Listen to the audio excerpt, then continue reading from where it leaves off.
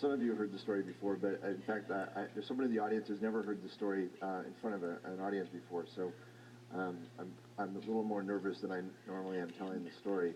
I used to be a photographer for many years. In 1978, I was working for Time magazine, and I was given a 3-day assignment to photograph Amerasian children who had been fathered by American GIs all over Southeast Asia, and then abandoned, 40,000 children all over Asia.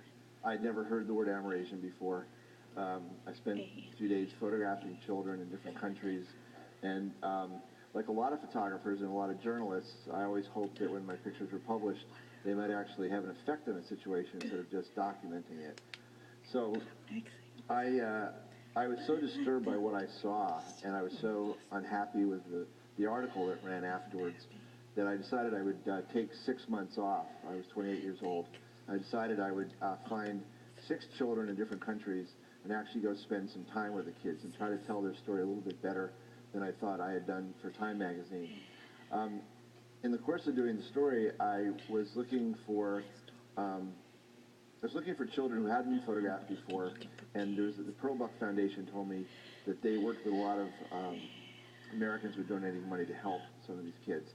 And a man told me who ran the Pearl Buck Foundation in Korea that there was a young girl who was 11 years old being raised by her grandmother, and the grandmother had never let any Westerners ever see her. Every time any Westerners came to the village, he hid the girl. And of course I was immediately intrigued. I saw photographs of her, and I thought, I wanted to go. And the guy just told me there's no way, this grandmother won't even, there's no way she's ever going to let you meet this girl that she's raising. I took a translator with me. I went to this village, found the grandmother, sat down with her, and to my astonishment, she agreed to let me photograph her granddaughter. And I was paying for this myself, so I asked the translator if it would be okay if I stayed for the week. I had a sleeping bag. The family had a small shed on the side of the house, so I said, could I sleep in my sleeping bag in the evenings?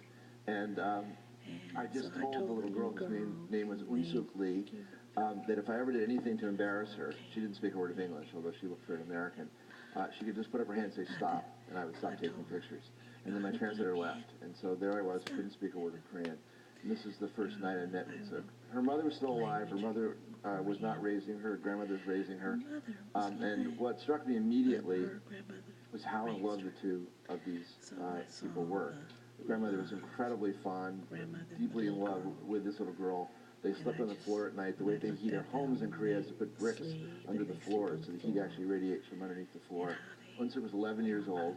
I photographed, as I said, a lot of these kids. Unsuk was, in fact, the 5th child that I found to photograph. And almost universally amongst all the kids, they were really psychologically damaged by having been made fun of, ridiculed, picked on, and then rejected. And Korea was probably the place I found to be the worst for these kids. And what struck me immediately in meeting Unsuk was how confident she appeared to be, how happy she seemed to be in her own skin. And remember this picture, so I'm going to show you the picture later, but you can see how much she looks like her grandmother, although she looks so Western. I decided to follow her to school. This was the first morning I stayed with her. This is on the way to school. This is the morning assembly outside her school. Now there's a picture. School. And I noticed that she was clowning around. When the teachers would ask questions, she'd be the first person to raise her hand. Again, not at all shy or withdrawn or anything like the other children that I'd photographed. Again, the first one to go to the blackboard to answer questions, getting in trouble for whispering into her best friend's ears in the middle of class. And one of the other things I said to her, to the translator, again, this thing about saying stop, was to not pay attention to me. And so she really just completely ignored me most of the time. I noticed that at recess, she was the girl who picked the other girls to be on her team.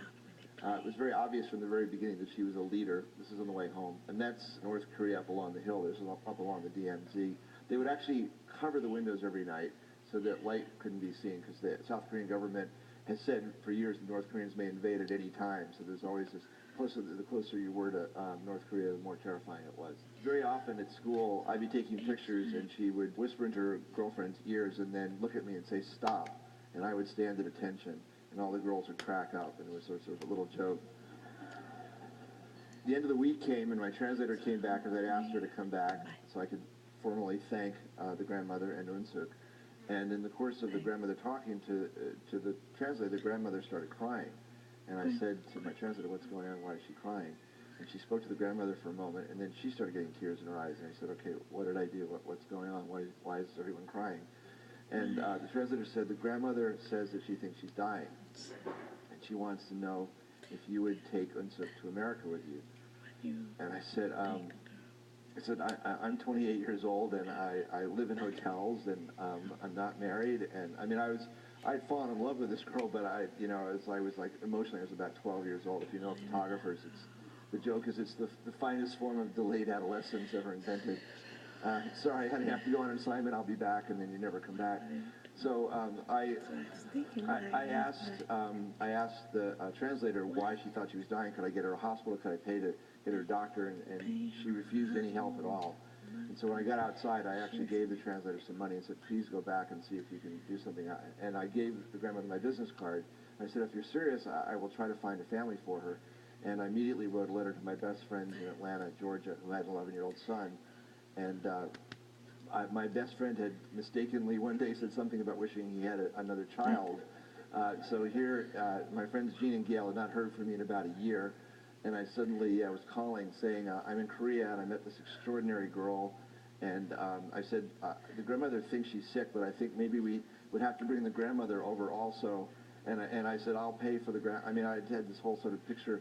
So anyway, I left, and my friends actually said they were very interested in adopting her, and I said, look, I think I'll scare the grandmother to death if I actually write to her and tell her that you're willing to adopt her. I want to go back and talk to her, but I was off on assignment. I figured I'd come back in a couple of weeks and talk to the grandmother. And on Christmas Day, I was in Bangkok with a group of photographers and got a telegram. Back in those days, you got telegrams from Time magazine saying someone in Korea had died and left the child in a will to me. Did I know anything about this? Because I hadn't told them what I was doing because I was so upset with the story they'd run. So I went back to Korea, and I went back to Unsuk's village, and she was gone. And the house that I had spent time in was empty. It was incredibly cold. No one in the village would tell me where Unsuk was because the grandmother had always hidden her from Westerners, and they had no idea about this request that she'd made of me. So I finally found Myung-sun, her best friend that she used to play with after school every day. And Myung-sun, under some pressure from me and the translator, gave us an address on the outside of Seoul. And I went to that address, and I knocked on the door, and a man answered the door. It was not a very nice area of Seoul, sort of mud streets outside of it.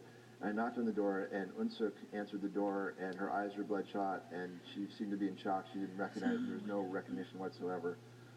And this man came to the door and kind of barked something in Korean, and I said to the translator, what did he say? And she said, he wants to know who you are. I said, well, tell him that I am a photographer. And I started explaining who I was, and he interrupted, and she said, he says he knows who you are. What do you want? I said, well, tell him that I was asked by this little girl's grandmother to find a family for her, and he said, I'm her uncle. She's fine. You can leave now.